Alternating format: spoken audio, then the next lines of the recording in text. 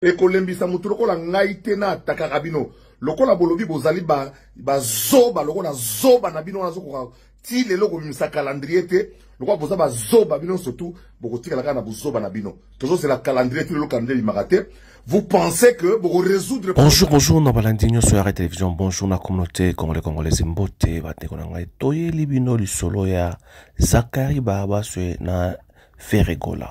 Zakari Baba se na Ferregola li kambonini oyo bagolwa to avoir fanatique ya Ferregola baza ko s'apprendre na Zakari Baba se ti bakomi ko simba mwana Zakari Baba so bande konangai esali pasi esali mawaya komona makambo oyo tozali koyoka Zakari Baba so bande konangai le mola oyo azali chroniqueur le plus célèbre lelo akomaki candidat député awa azali kozongela pe bamone pe azali na chaîne télévision na ye oyo boyebi mais azali na makambo moko oyo a valoriser culture na biso peuple congolais.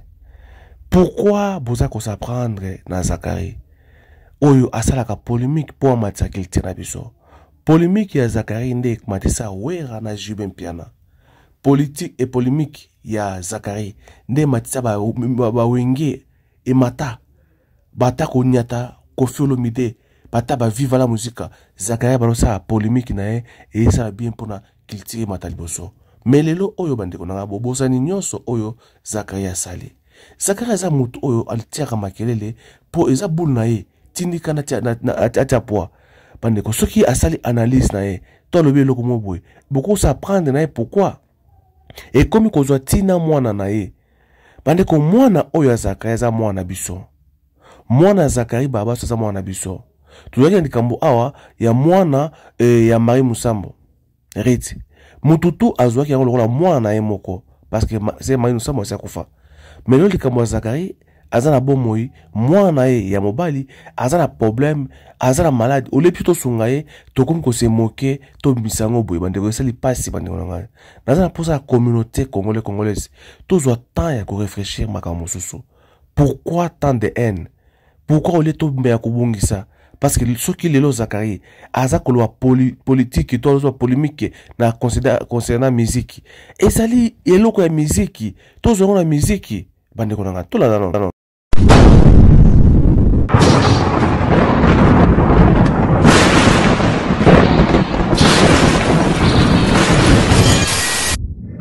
Moni ba zoba moko boye surtout zoba mama mobimba oyo akanisi neti aki ko déstabiliser mutu lokola ngai en utilisant les méthodes qu'ils font ba fana msu na poto mais mentalité na busenzi na no sili bangote to ko sili sango na ndenge ya nord trop c'est trop plainte moko eza ko ya au pénal na za ko senga na mutu nyonso oyo ako reconnaître mwana mwasi wana ay signaler biso poto porter plainte au pénal akene ko samba po yeba ke na mboka poto on n'oblige pas mutu azo ba sointe awa na Congo soki mutu azo bela ba kangaka ye ba singa ba tie na ndako ba bombi ye po abima te na poto so miki ko sala ngo za pasi mutu aza ko bela mukolo ya 36 ans oyo azo bela bo préféré bo mona lokola ye akomi zoba na bino bo filmaka ye po ye moko azo yeba te donc na bino bo filmer ye na ye boza sur le même pied d'égalité mais to ko sili sango bien pour trop c'est trop et kolembisa mutu lokola ngai te na atakaka bino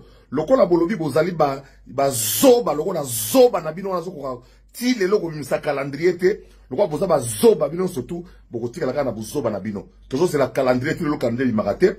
Vous pensez que vous résoudre le problème na bino en vous sokoza mobali to mwasi ya solo tellement loba yo Zakari yo finga Zakari yo zo kono koza oke koza mutazo ko bela o lekisa to ko sili sango ndenge ya nord sengi na mutu nyonso alinga Zakari Baba se po boze belé koleka ba zoba ona ya basi ba ya poto qui est marge au CPS azo kata soni to ko no mata convoiturage a filmer mutu mobima un adulte responsable de 36 ans pour kanisa ka déstabiliser mutu lokola ngai Touroyo, la famille a décidé de réagir et je vous annonce que plainte moko pénal érotique na yo na mutu ya liboso bino bataba 5 euros te mona alo ba bino kaza na besoin provision ça veut dire que muta négligé ya zate muta tika ya zate mais comme il ne veut pas se faire soigner en Europe on n'oblige pas un adulte à se faire soigner ata mwana bako ba oblige ka ete ba nyama bozo fana ba ngoto bobo bozo fana na poto mais bozo na mentalité toujours rétrograde et qu'on souka la tribunal bon quand ça blague on va vous retrouver dans sali appel à témoin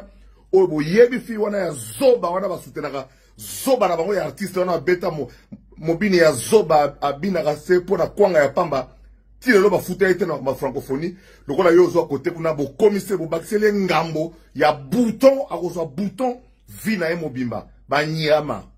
Deuxième élément pour la... Alors, communauté congolaise, c'est qui Zakari Baba se très fâché concernant Makambo Oyo, Bato, Balingi Basala. Zakari Azali, journaliste, chroniqueur, historien, journaliste, Zakari Azamakombe Bele, Oyo Asala. Pourquoi qu'on s'apprendre na moana par rapport à papa? Banda kala Batu ya Wenge, BCBG, ton maison mère Bayebi. Même Kofi Olomide Ayebi. Mais pourquoi Batulelo boye kolamuka kostoka au filmer moi na po yo oza gaulois au gauloise. Mama Chantal oyo batangi komo Chantal na ebité soki Chantal bande kobotika eloko oyo ya kozwaka ko filmer moi na ya mutu parce que vous avez un problème quelconque. Polémique ya Zakari nde esali musique et mata. Polémique ya Zakari nde esali ke jibe nawe rabaza la stable. Polémique ya Zakari nde kwesaka Kofi Olomide pe Kofi Olomide mataka pour la polémique ya Zakari. Na polémique ya Zakari nde baburo banani basamu tido kimaka parce que Kofi a vagé la bato futa mbongo te. Zakari bano sama comme belé ya musique o lelo bato za ko reconnaître ngote balingi ba komisa Zakari et puis moi na lola bukimse mo boye babanda ko tia net ko filmer eza bien te. Communauté congolaise botika musala wana ya ko filmaka même basi no mibali ba obeta makembe se bo filmer botina les sociaux ezali konorete tous la babantu bato baza ba responsable bazali koye ba valeur ya moto to pesa na ka valeur to luka to sa ba polémique musique eza la polémique eza loyal tonga fali pupa naza aigle na leki ba mission nyonso ya Congo par rapport à la place où à présenter nga faire go la calendrier nga ngoyo nga bola bande ko botala likambo Zakari misi awa likambo ya francophonie oui faire go la zoka mbongo te bato ebité faire go la zoka mbongo te ba benga kutu ete ezaki par rapport à mutu mama deni asengi bato pati ba bengi to botika ko kangela artiste musicien banzela par rapport ya babilo musubo salana 5 cas de pouvoir yango isimami Zakari za pembeni na présidence Zakari za moko oyo ba tourner pour bébé que Zakari bandaka musique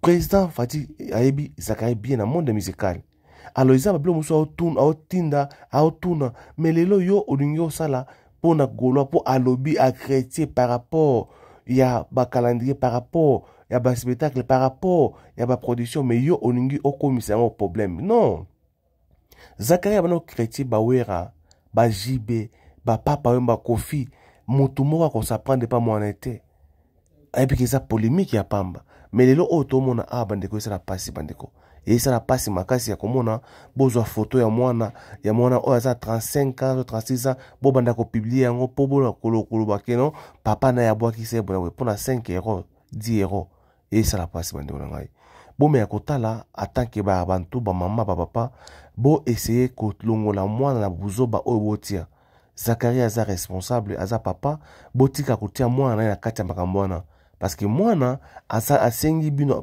ata asengi yo 5 euros ata asengi yo 10 euros eza nini bandeko na ngai o filmer po o salir to oloba bo po est Zakari tika Zakari est-ce que bandi eloko oyo aosala lelo Zakari azaki journaliste atie batije ba mango ebele asala mango ebele na kati ya Kongo wana lelo akeli auto azaki candidat azaki député asili bono mais tombe kotala ba histoire ba topé bande ngai eza ba na standing mosusu oyo moto oyo ko négliger te oyo ko lo mabete pona ye mais communauté na biso to reconnaître ba te et a toujours ba polémique à cas de quoi que ce soit bon misi et msama moto ba tubalanda bino ba vie to non c'est pas ça problème ma musique qui fait rigoler abeta musique faire rigoler abeta musique ala que ça de quoi est capable comme boza ba golois bosumba ba biloko ya faire rigoler boko tabo streamer ngo bosa ngobele oyo ezo matsa artiste bon mais musicien ba apport ya bien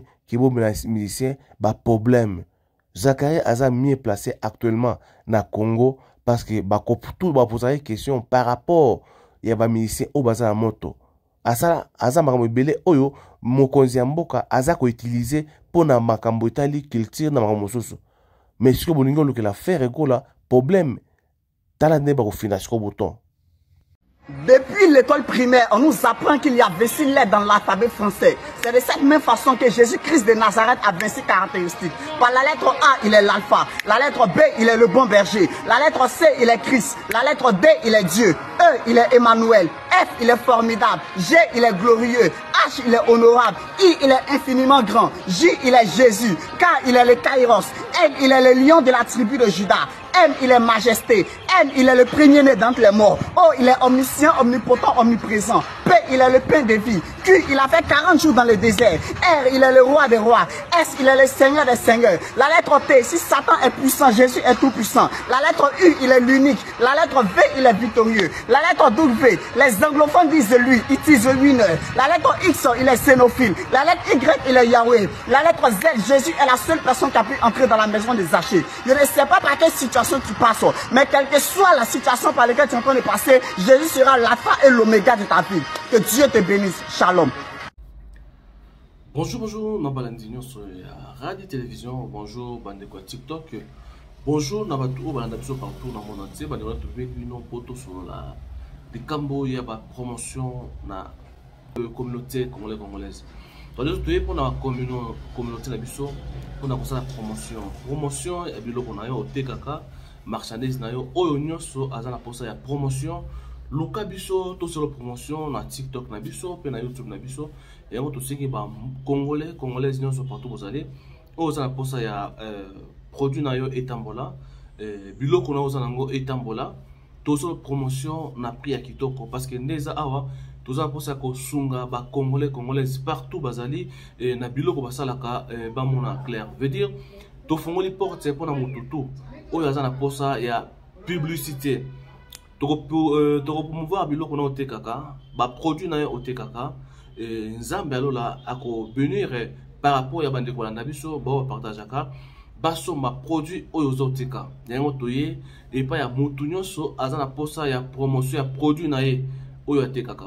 Ezala savon, ezala mafuta, ezala ba produit oyo ko sunga bande ko biso ba tâche ya banduta oyo ya ko sunga pona ko mela neti biso moko to ko sala bino ba promotion pe ya ko bino ba kisi ya ko sisa poison na kati ya nzoto pe ya ko traiter makila na biso yango to sengi ndeko nyonso partout zali contacter biso na kati ya ba chaîne na biso partout to ko sunga bino eza ya bino simple ndeko oyo asalaka toujours na bonzambe toza to fungoli porte na mutu nyonso à contacter biso pour tout ça là et promotion ya biloko na yo oza na école oza na flat hotel na yo ozali oza na service de traiteur toi oza na malewa na yo oza na nyonso oza pour ça pour na promotion na ba congolaise ba o tout banda biso ndeko contacter biso to ça là yo promotion na.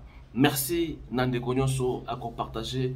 Merci na mutu nyonso oya kozala intéressé contacter Nakatia Radi TV4 ezali TikTok nabiso pe na Radi Télévision ezali YouTube nabiso Radi News TV ezali bongo page Facebook nabiso. Merci.